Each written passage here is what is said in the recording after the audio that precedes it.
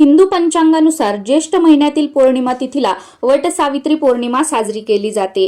या दिवशी सावित्रीने तिचा पती सत्यवान याचे प्राण यमाकडून परत मिळवले होते, त्यामुळे सौभाग्यवती स्त्रिया या दिवशी वडाचं पूजन करतात आणि व्रत सुद्धा केलं जातं। यंदा 2026 मध्ये 29 जून रोजी पहाटे 3:07 पौर्णिमा तिथी सुरू होईल आणि 30 जून रोजी पहाटे 5:27 संपेल। त्यामुळे उदय तिथीनुसार पौर्णिमेचं व्रत 29 जून रोजी पाळलं जाणार आहे। नमस्कार सर्वांना, मी प्रांजली। या व्हिडिओमध्ये मी तुमच्यासोबत घरच्या घरी किंवा बाहेर वडाच्या झाडाजवळ जाऊन वडाची पूजा अतिशय साध्या सोप्या पद्धतीने कशी करावी, यासाठी काय साहित्य लागणार आहे, वट सावित्रीचा उपवास कसा करायचा असतो, या उपवासाला काय खायचं असतं, हा उपवास कधी सोडावा, याचबरोबर गर्भवती महिलांनी उपवास करावा का किंवा वडाचं पूजन कसं करावं, या व्यतिरिक्त अजून तुमच्या सगळ्या प्रश्नांची उत्तरं मिळून जातील। जसं की मासिक पाळी संदर्भातील किंवा मासिक पाळीचा चौथा दिवस असेल तर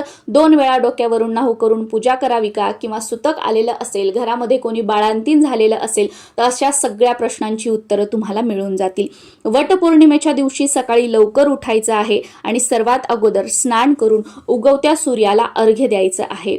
सूर्याला अर्घ्य देऊन झाल्यानंतर आपला दरवाजा स्वच्छ करून घेऊन दारामध्ये एक छोटीशी का होईना तुम्हाला रांगोळी काढायची आहे। उंबरठ्याला हळदीचं लेपन करायचं आहे, उंबरठ्याचं पूजन करायचं आहे आणि त्यानंतर आपल्या देवघरातील देवांचं पूजन करायचं आहे। देवपूजा तशीच राहू द्यायची, दार स्वच्छ करायचं नाही, उंबरठ्याचं पूजन करायचं नाही आणि डायरेक्ट स्वयंपाक किंवा वडाचं पूजन करायचं, हे अतिशय चुकीचं आहे। त्यामुळे दार स्वच्छ करून दारात रांगोळी काढून त्यानंतर देवघरातील देवांची पूजा करूनच आपल्याला वडाची पूजा जी आहे ती करायची आहे। आता वडाची पूजा करण्यासाठी एखादा मोठा ट्रे असेल किंवा एखादं मोठं ताट असेल तर त्यामध्ये सर्व साहित्य तुम्हाला जमा करायचं आहे, काढून घ्यायचं आहे आणि त्यानंतर मग घराच्या आजूबाजूला किंवा तुमच्या सोसायटीमध्ये कुठे वडाचं झाड असेल तिथे आपल्याला पूजेसाठी जायचं आहे। सुरुवातीला बाहेर जाऊन पूजा कशी करायची हे सांगते आणि त्यानंतर मग घरात पूजा कशी करायची हे सुद्धा तुमच्यासोबत शेअर करत आहे।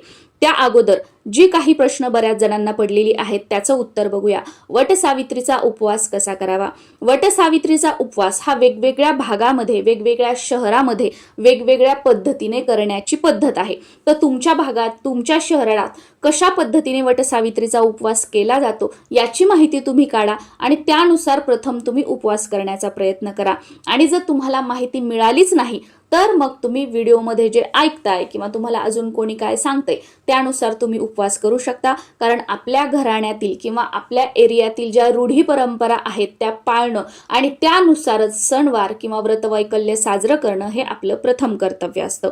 तर बघा, माझ्या माहितीनुसार वटसावित्रीचा उपवास करण्याच्या 3 पद्धती आहेत। त्यातील पहिली पद्धत जी आमच्या भागामध्ये केलं जातं ते म्हणजे वडाची पूजा करेपर्यंत उपवास धरला जातो।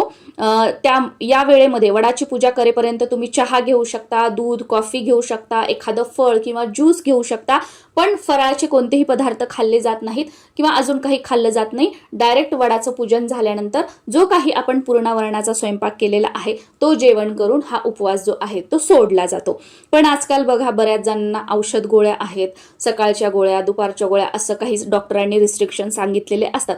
तर त्यामुळे आजकाल बरेच जण फराळाचे पदार्थ जे आहेत तर ते खाऊ लागलेले आहेत। जसं की साबुदाणा असेल, भगर असेल किंवा अजून कोणती फराळाचे पदार्थ आहेत ते खात आहेत आणि गोळ्या वगैरे घेऊन मग वडाचं पूजन झाल्यानंतर जो काही स्वयंपाक बनवलेला आहे तो खाऊन हा उपवास सोडतात। तर तुमच्या याच्यानुसार तुम्ही करू शकता। दुसरी पद्धत म्हणजे काय की दिवसभर उपवास केला जातो। दिवसभर उपवासाचे फराळाचे पदार्थ खाल्ले जातात, चहा, दूध, कॉफी, फळं घेतली जातात आणि रात्री चंद्र उदय झाल्यानंतर उपवास सोडला जातो। बऱ्याच भागामध्ये यानुसार केलं जातं। या व्यतिरिक्त बऱ्याच भागामध्ये अगदी 24 तासाचा उपवास धरला जातो, म्हणजे हा वटसावित्रीचा संपूर्ण दिवस रात्र उपवास धरला जातो।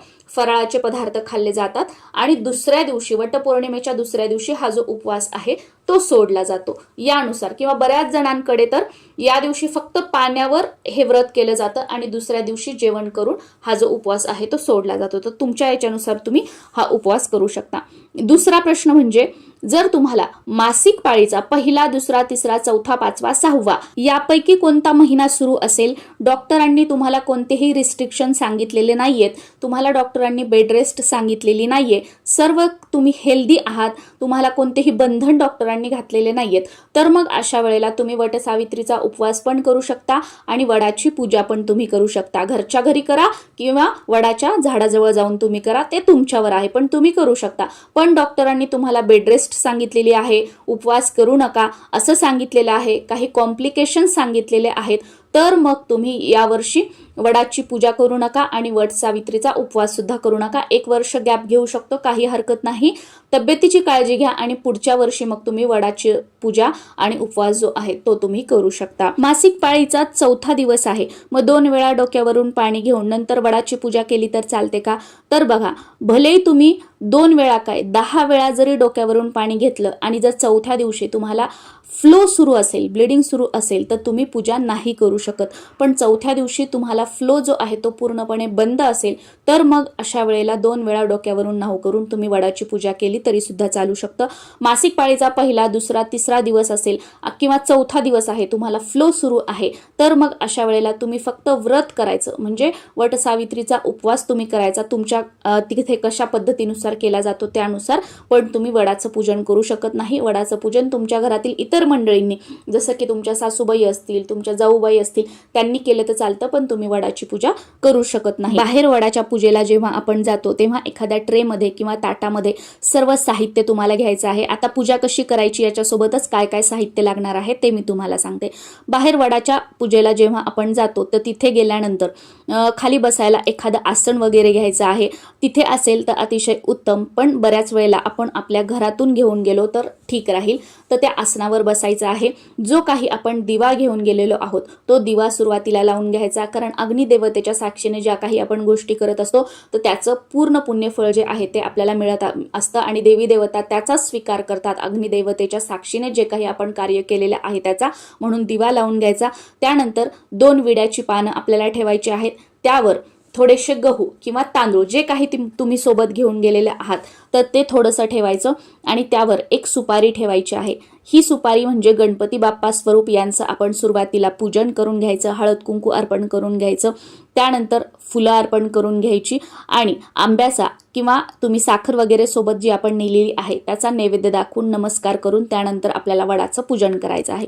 वडाचं पूजन करण्यासाठी सुरुवातीला थोडंसं पाणी त्या वडाच्या झाडाच्या बुंद्याशी अर्पण करायचं, त्यानंतर थोडंसं दूध अर्पण करायचं आणि परत थोडंसं स्वच्छ पाणी अर्पण करायचं. त्यानंतर वडाच्या झाडाला हळद कुंकू लावून घ्यायचं आहे.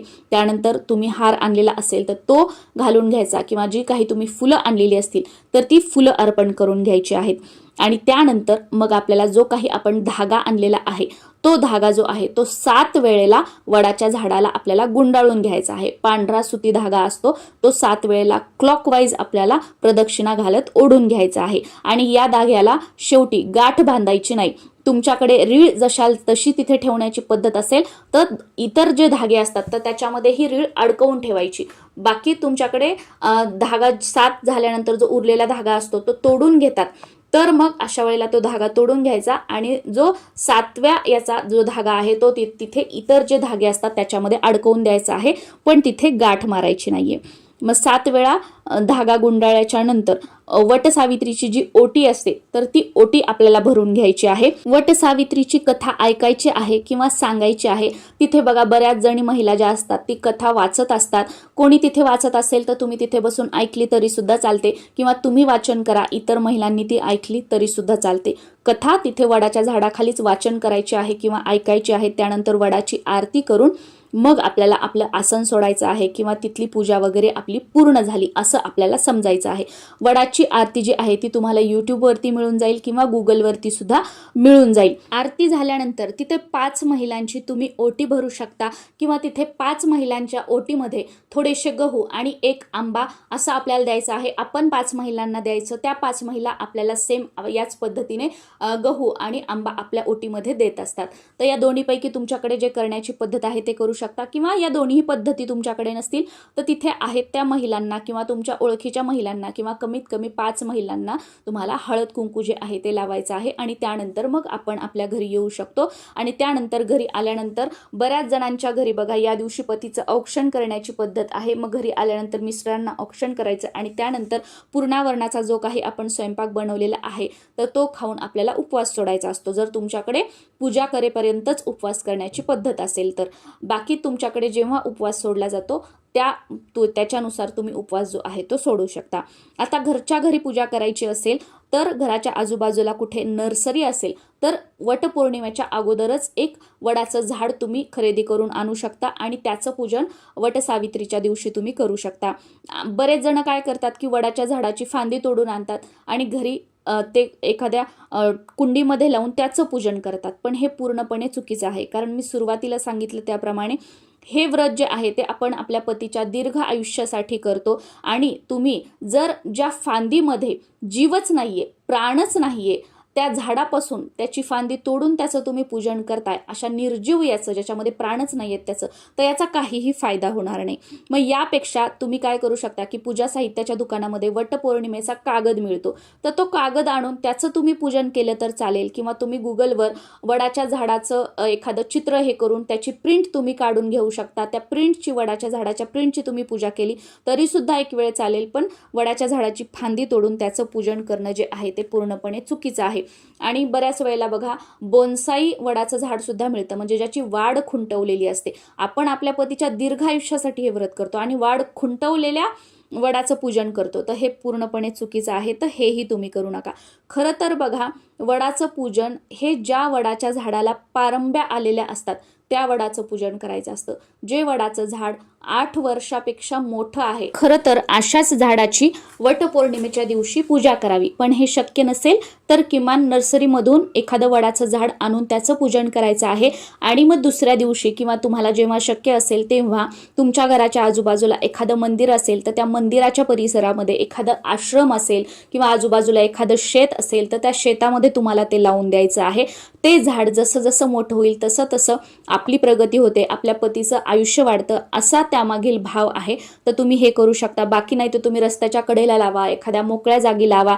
तुमच्या हातून वृक्षारोपण पण होईल आणि ते जसं जसं मोठं होईल तसं तसं तुमच्या पतीला दीर्घायुष्य सुद्धा मिळेल, हा त्यामागील भाव सुद्धा. मग हे केलं तर अतिशय उत्तम राहील. घरच्या घरी पूजा करण्यासाठी जी काही कुंडी असेल झाडाची, तर एक पाट घ्यायचा, त्यावरती कुंडी ठेवायची, पाटाच्या आजूबाजूला रांगोळी काढून घ्यायची आहे. सेम सुरुवातीला दिवा लावून घ्यायचा, आपण बसण्यासाठी आसन घ्यायचं आहे. सुरुवातीला त्या झाडाला पाणी अर्पण करून घ्यायचं, त्यानंतर चमचाभर दूध अर्पण करायचं, परत स्वच्छ पाणी अर्पण करायचं, हळद कुंकू लावून घ्यायचं आहे. त्यानंतर फुलं किंवा जो काही हार असेल तो अर्पण करून घ्यायचा, वस्त्रमाळ अर्पण करून घ्यायची आहे. आणि त्यानंतर जो आपण धागा घेतलेला आहे तो 7 वेळा आपल्याला गुंडाळून घ्यायचा आहे, प्रदक्षिणा मारत मारत. आणि त्यानंतर मग आंब्याचा नैवेद्य दाखवायचा आहे, वटसावित्रीची ओटी भरायची आहे.